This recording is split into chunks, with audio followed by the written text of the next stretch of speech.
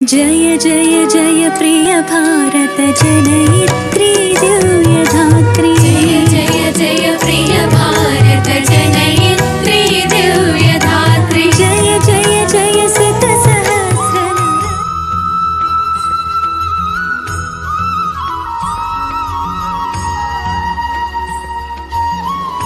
సహృదయ శ్రీ భారత్ వీక్షకులకి నమస్కారం.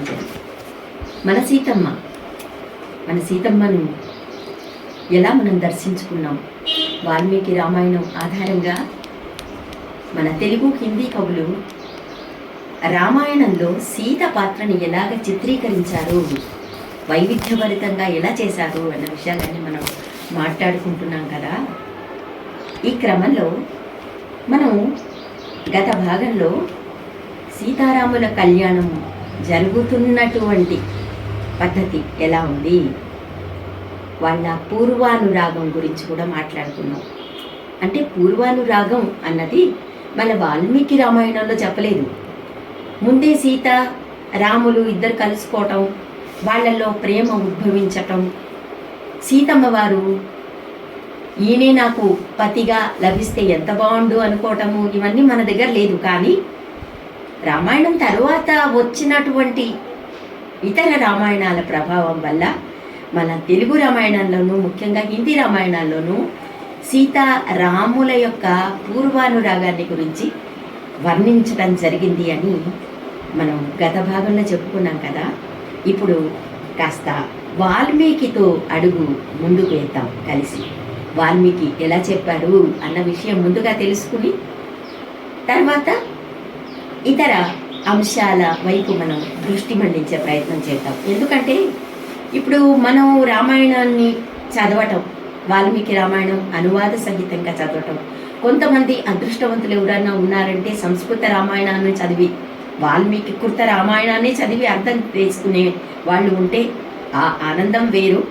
ఒకవేళ సంస్కృతాన్ని మనము అర్థం చేసుకోలేక దాన్ని తెలుగు ద్వారా కానీ, ఇంగ్లీష్ ద్వారా కానీ, హిందీ లేదా మనకు అనుకూలంగా ఉండేటువంటి ఇతర అనువాదాల ద్వారా కానీ మనం తెలుసుకుంటే ఆ ఆనందం కూడా తక్కువ అని చెప్పలేను. కానీ సంస్కృత రామాయణం దాని ద్వారా తెలుసుకునే ఆనందము అది ఒక స్థాయి కాస్త హెచ్చుగా ఉంటుంది. పర్వాలేదులేండి, అదంతా మనం మన ఆనందాన్ని తీసుకునే స్థాయిలో ఉంటుంది కదా, పర్వాలేదు. కానీ తెలుగులో రామాయణానికి ఎన్నెన్నో వ్యాఖ్యలు వచ్చాయి, ఎన్నో అనువాదాలు వచ్చాయి. పుల్లెల శ్రీరామచంద్రుడు గారు అర్థసహితంగా చక్కటి రామాయణ అనువాదం చేశారు, చాలా బాగా చేశారు. ఆయన ఋషి కదా, మహామహోపాధ్యాయ పుల్లెల శ్రీరామచంద్రుడు గారు కదా. ఆయన ద్వారా మనం వినడం కూడా, వాళ్ళు కూడా ఋషితుల్యులే. నాన్ ఋషి కురితే కావ్యం అంటారు కదా. ఋషిక అనేదే కవి కాలేడు. నాన్ ఋషి కృతే కావ్యం అంటే కవి అంటే ఇలాంటి వాడు కాదు. ప్రకృతిలో ఏది కనిపించినా సరే దానికి స్పందిస్తూ కవిత్వం రాయటం అన్నది, ఆ కవిత్వ స్థాయి కూడా రకరకాలుగా ఉంటుంది. సమకాలీనమైనటువంటి సమభావాలను ప్రతిఫలించేటువంటి స్పందనను అనేకం మన మనసులో ఉద్భవింపజేసేటువంటి సద్భావాలను రేకెత్తేటువంటి విశ్వశ్రేయ కావ్యం అంటారు కదా పెద్దలు. కావ్యం యశసే అర్థకుటే వ్యవహార విదే శివేతరక్షతయే, ఇవన్నీ చెప్తారు మన ప్రాచీన శాస్త్రకారులు. ఇవన్నీ కూడా ఉంటేనే కావ్యానికి మనం ఇంతవరకు కావ్యం, రామాయణాన్ని కావ్యం అందామా ఐతిహాసిక కావ్యం అందామా అన్నదానికి కూడా రకరకాల భావాలు ఉన్నాయి. కావ్యమైన ఇతిహాస కావ్యమైన, ఎందుకంటే వాల్మీకి రాముడు ఉన్నప్పుడు ఉన్నాడు, రాముడిని దర్శించుకున్నాడు. రామాయణం అని ఎలా తెలిసింది? లవకుశల ద్వారా కదా తెలిసింది. లవకుశలకి వాల్మీకి నేర్పించాడు రామాయణం అంతా.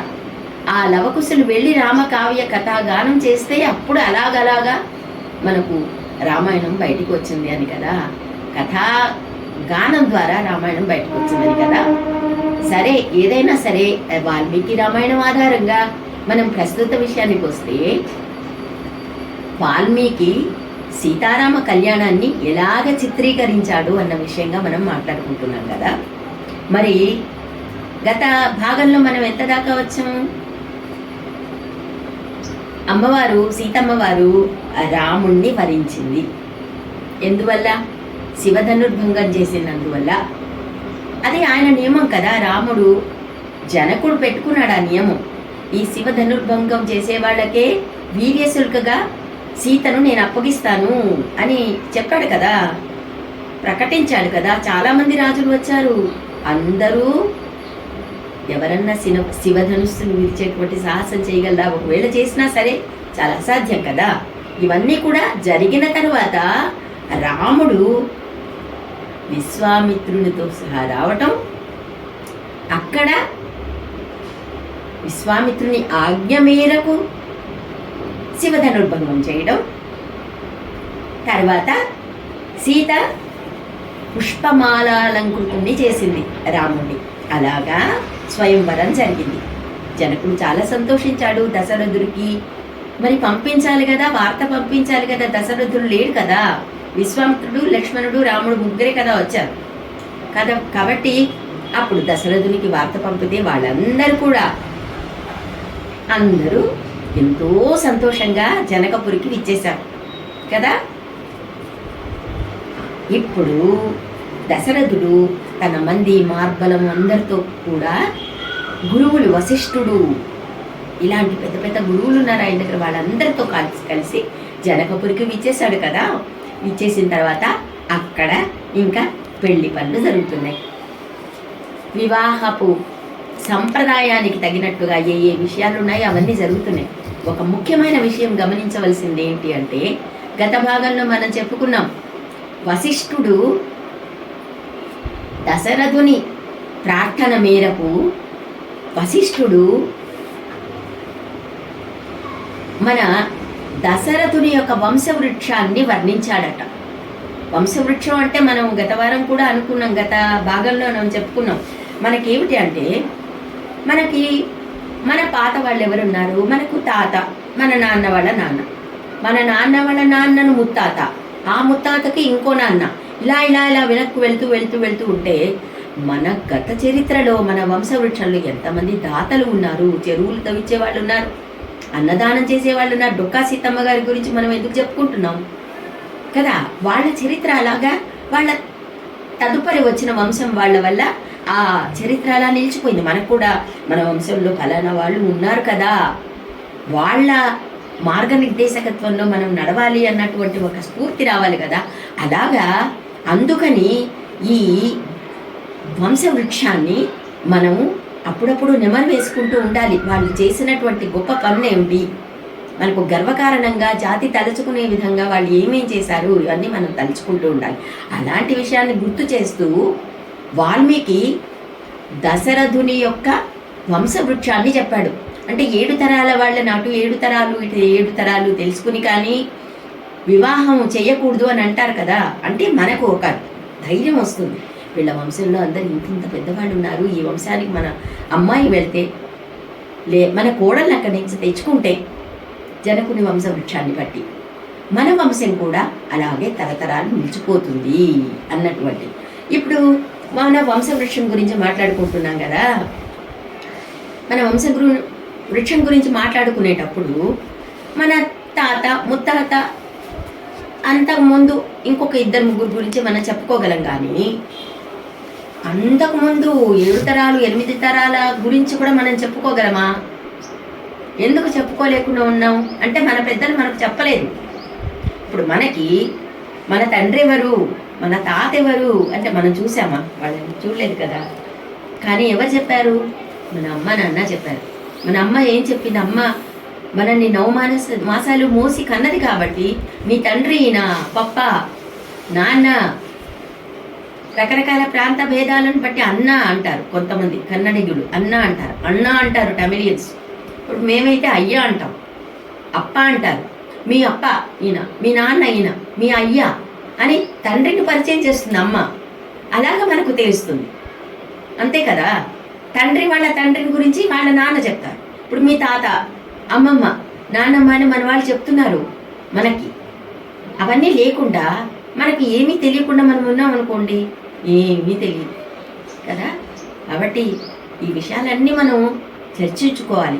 వశిష్ఠుడు దశరథుని యొక్క వంశవృక్షాన్ని ఎలా చెప్పాడంటే బ్రహ్మతో మొదలైందట.